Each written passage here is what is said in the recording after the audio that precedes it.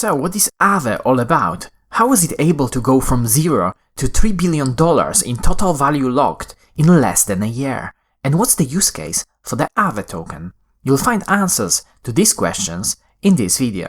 Before we begin, if you want to learn more about decentralized finance and the technology behind it, make sure you subscribe to my channel, hit the bell icon, and enable all notifications. You can also consider joining us on Patreon and learning even more about DeFi. Let's start from the beginning. The initial version of Aave, which is currently one of the most popular lending protocols in decentralized finance, came into existence in 2017. Before the rebranding that happened later in September 2018, the project was known as ETHLand. ETHLand was started in Finland by Stani Kulechov. Stani, a law degree graduate, discovered Ethereum, realized the power of smart contracts, and decided to build a peer-to-peer lending protocol. Finland was clearly not a usual location for a new tech company, with the majority of other crypto firms launching in venture capital-rich places such as Silicon Valley, New York, London, Hong Kong, or Singapore. This also shows one of the most interesting properties of decentralized finance. In contrast to traditional finance, where a new fintech startup requires a lot of capital and staff just to comply with all the banking regulations, a new DeFi project can be launched by even a single person with not a lot of upfront capital needed. The first version of ETHLand was deployed to the Ethereum mainnet in early 2017 and started attracting interest in the Ethereum community. Stani saw the potential of decentralized lending and decided to raise money via an initial coin offering at the end of 2017 to fund further development of ETHLand. As we mentioned earlier, funding a project outside of a typical venture capital location can be quite challenging. However, the ICO model allows everyone in the world to participate. ETHLand was able to raise $16.2 million, which was quite moderate considering the craziness of the 2017 ICO mania. The ICO allowed for hiring more developers who were able to focus on making improvements to the protocol throughout 2018. This was all despite the native ETHLand token, LAND, losing most of its value in the post-ICO era. The ETHLand team soon realized that the peer-to-peer lending model of the protocol was becoming more and more problematic. In the peer-to-peer model, users interact with other users via smart contracts. This can be quite inefficient, especially if there is no one on the other side who wants to interact with us. A lot of other projects, such as Uniswap or Compound, that came into existence at the end of 2018, started leveraging another model, peer-to-contract. The peer-to-contract model is based on a contract with pooled funds that can be instantly used by the users of the protocol. This eliminates the wait time necessary to find a counterparty and makes the whole process of interacting with a decentralized protocol smoother. This was also the time when the team behind ETHLand decided to change their model from peer-to-peer to peer-to-contract and rebrand from ETHLand to Aave. The name Aave comes from Finnish, where it means a ghost. This is also why we can now see a friendly ghost in the Aave's logo. When it comes to the protocol itself, Aave users can become depositors or borrowers. Depositors provide funds to borrowers in return for interest on their deposit. Borrowers are willing to pay interest on the amount they borrowed in exchange for having a lump sum of money available immediately. Users can, for example, supply a stablecoin such as DAI and start generating interest according to the DAI supply interest rate. This is determined by the ratio between supplied and borrowed DAI. The supplied DAI can then be used by borrowers. Borrowers have to supply collateral, for example ETH, to be able to borrow other tokens. All the standard loans in Aave are over-collateralized, which means that the value of supplied collateral is higher than the amount that can be borrowed. This protects the protocol from being under-collateralized and not being able to repay depositors. In this model, depositors basically provide liquidity to the protocol. This is also why Aave is very often described as a decentralized liquidity market protocol. On top of variable interest rates, Aave also offers stable borrow rates, which is a distinctive feature not present in other popular lending DeFi protocols, such as Compound. In Aave, depositors who provide funds to a smart contract receive A tokens. The value of A tokens is pegged to the value of the underlying token at a 1-to-1 ratio. What is interesting is that the balance of A tokens represents their deposited amount plus the accrued interest, and it keeps increasing according to the current borrow interest rate of the protocol.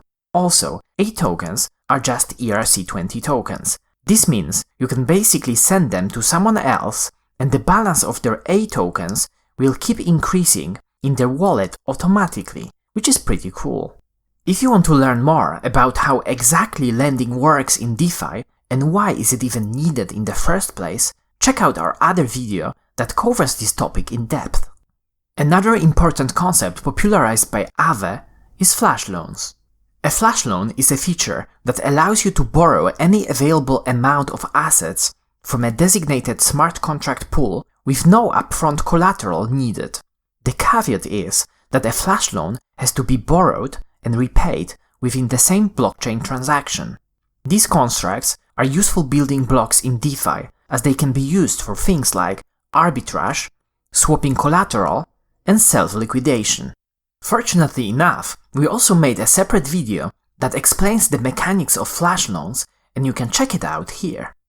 After a couple of years of work, Aave launched on the Ethereum mainnet at the beginning of 2020 and started building users' interest and its total value locked in the protocol. This quickly escalated in May 2020, when a period of DeFi super growth, also called DeFi Summer, started. Before DeFi Summer, the total value locked in Aave, which is one of the key metrics when it comes to a lending protocol, was at around $40 million. With launches of new DeFi protocols and new yield farming opportunities, Aave's TVL started rising dramatically. $60 million in June, $400 million in July. August was closed with a whopping $1.5 billion in TVL. This number remained at $1.5 billion in September despite the cooldown across the whole DeFi space. Although October saw a drop back to around $1 billion, at the end of November we were once again at an all-time high with $1.6 billion locked. At the end of 2020, Aave's TVL was touching $2 billion. In 2021, a major surge in DeFi tokens pushed Aave's TVL to over $3 billion by mid-January. This is basically a 50x increase in TVL in around 6 months, quite astonishing. Besides that, Aave hit another major milestone, $1 billion in flash loans volume. Additionally, there were a few other important events that took place during DeFi Summer. Aave raised $3 million from venture capital firms, 3 Arrow Capital and Framework Ventures, who purchased Aave's native token, LEND. In July 2020, Aave was granted an electronic money license by the UK Financial Conduct Authority. This strategic move will make it possible for Aave to become a fiat gateway and easily onboard people to its own protocol. On top of this, also in July, Aave announced an upgrade to the tokenomics of the protocol, conveniently named Aavenomics. But before we discuss that, if you made it this far and you enjoyed the video, hit the like button so this kind of content can reach a wider audience. Aavenomics aimed at making Aave more decentralized by allowing token holders to participate in the governance of the protocol. Some of the most important elements of the upgrade were the migration from the LEND token to a new token, Aave, in a 100-to-1 ratio, new ecosystem incentives, and the safety module. The safety module allows for staking Aave tokens and acts as insurance against a potential shortfall event. If an event like this occurs, up to 30% of the tokens staked in the safety module could be slashed and would provide a way to repay everyone affected. Although major shortfall events are unlikely, they can still happen. An example of such an event would be if a popular stablecoin loses its peg to the US dollar. In exchange for staking their tokens, users receive staking rewards in the form of additional Aave tokens. Currently, the rewards are at around 6% annually and are generated from the protocol fees. The token migration was initiated in October 2020 and went smoothly, with most of the land holders exchanging their tokens in the first couple of weeks. So far, we've seen 7 Aave improvement proposals. Most of the proposals involve either adding a new asset as collateral or tweaking some of the risk parameters of the already existing tokens that can be used in the protocol. In the meantime, the Aave team was relentlessly working on delivering an upgraded version of the protocol. Aave v2 went live in December 2020 and brought a lot of new features and improvements, such as collateral swap. Users can swap their collateral from one token to the other. For example, they can swap their collateral from ETH to DAI if they believe that ETH may lose value in the future. Collateral swap is possible thanks to flash loans, and it was explained in our video about flash loans. Batch flash loans. Users can now flash borrow multiple assets at the same time, all of it within the same Ethereum transaction. Debt tokenization. In V2, borrowers receive tokens that represent their debt. This in turn enables another feature, native credit delegation. This allows for opening up access to liquidity without providing collateral. A very useful feature that can be used, for example, to provide a credit line to an institution, a cryptocurrency exchange, or even other decentralized protocol under certain conditions. This feature, in and of itself, is probably worth creating another video. Let me know in the comments down below if you'd like to see it.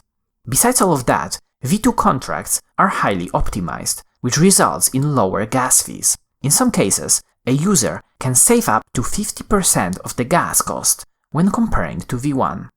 Aave is clearly one of the most important protocols in the decentralized finance space, and there is a big chance it will remain one of the main building blocks in DeFi for the foreseeable future. One of the strong aspects of Aave is its community, also known as Avengers, with a lot of members supporting the protocol pretty much from the time of their ICO. Due to Ethereum's popularity, interacting with Aave and other DeFi protocols can be quite expensive, especially when working with small amounts of money. To solve this issue, Aave, similarly to other major DeFi protocols, is also exploring the possibility of launching on Layer 2. This should make decentralized lending and borrowing even more accessible to everyone. So what do you think about Aave? How big will it become in the future? Comment down below. And as always, if you enjoyed this video, smash the like button, subscribe to my channel, and check out Finematics on Patreon to join our DeFi community.